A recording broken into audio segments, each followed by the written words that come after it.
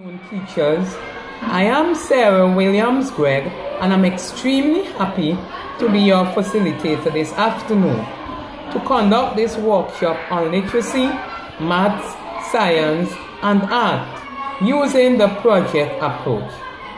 What are the objectives of the project approach?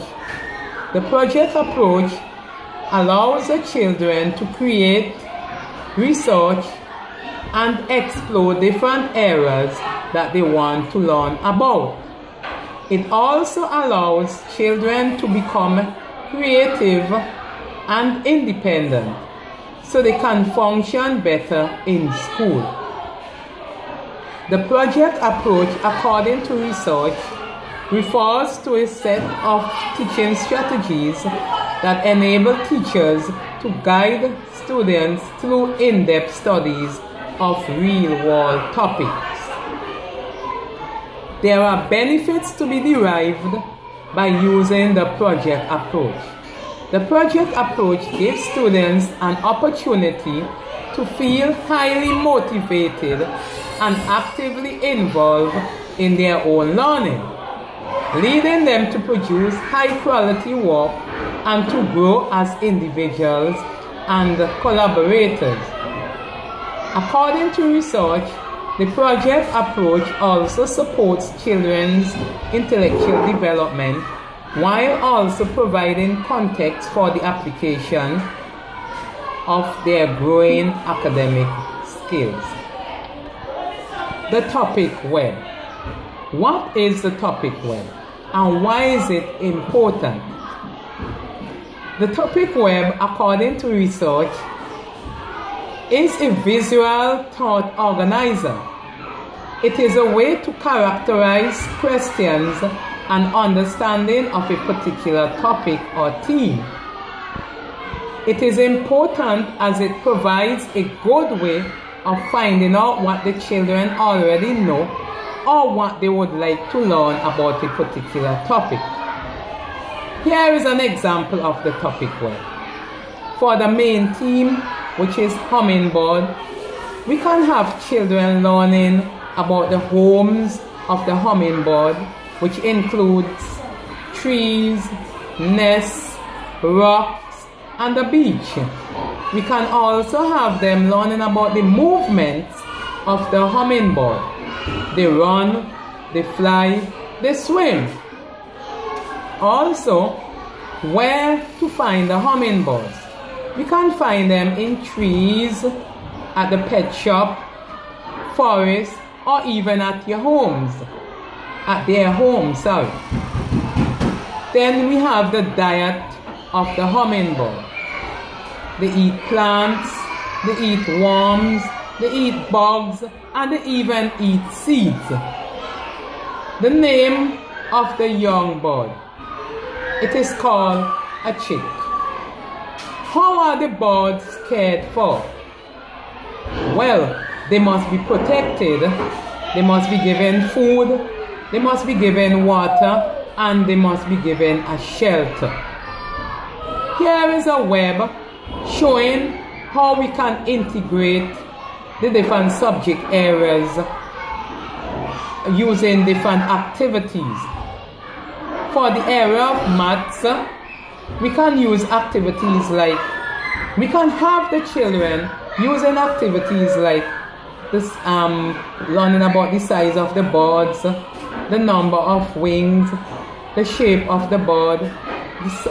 They can also sort the bird, and they can even take part in bird race. For English language activities, the children can practice words from a bird wall. They can also read about the ugly duckling, and they can recite poems and songs on the bird. For example, 5 Little Ducks. For the science activities, the children can name the bird. They can look at the movement of the bird, the color of the feathers, how the bird feeds, and the growth of the bird. And for the art activities, the children can take part in board collage. They can join parts to create the board. They can color the board, and they can even make models of the hummingbird. Now, here is a planning grid which can help us as teachers to plan different activities that the children can take part in. We have the purpose of the project, and in this case, they can learn about the hummingbird. We also have the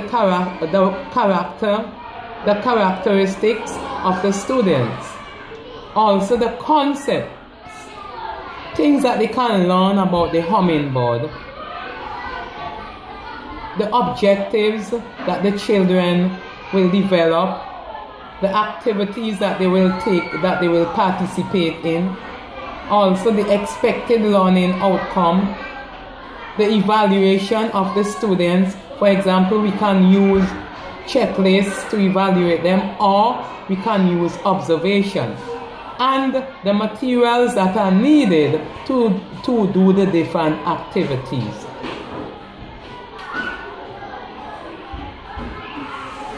We can also have a learning center which will help to motivate the children as they learn, as they go about learning about the different areas, which includes language arts, maths, art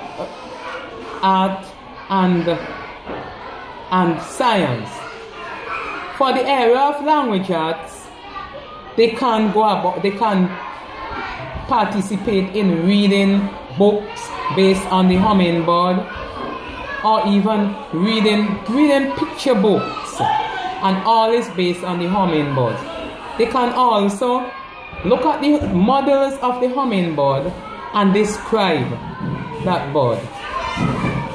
We as the teachers can also get feathers, use feathers so that the children can describe the feathers. For the area of art, the children can participate in a dot-to-dot drawing of the hummingbird, where they actually match the dots from 1 to whatever number. And in this case, they are also learning maths, because they have to know the numbers in order. They have to know the order in which the numbers go from 1 to 2, 3, and so on. And they can also take part in coloring the hummingbird. For the area of maths, we can get some eggs and allow the children to count the eggs. We as the teachers can also have them counting motherboards. For the area of science, we can bring in nectar, so the children can observe the nectar and talk about it. They can also categorize the bird, the hummingbirds, have different species of hummingbirds, and have the children categorizing them. And they can label the hummingbird. In conclusion, the project approach involves an in-depth exploration of events or objects in a child's environment, and is carried out in such a way that children are encouraged to raise questions and search for answers about a topic that holds their interest. The area of literacy, maths, science, and art can be integrated in the project approach in order for it to be more effective.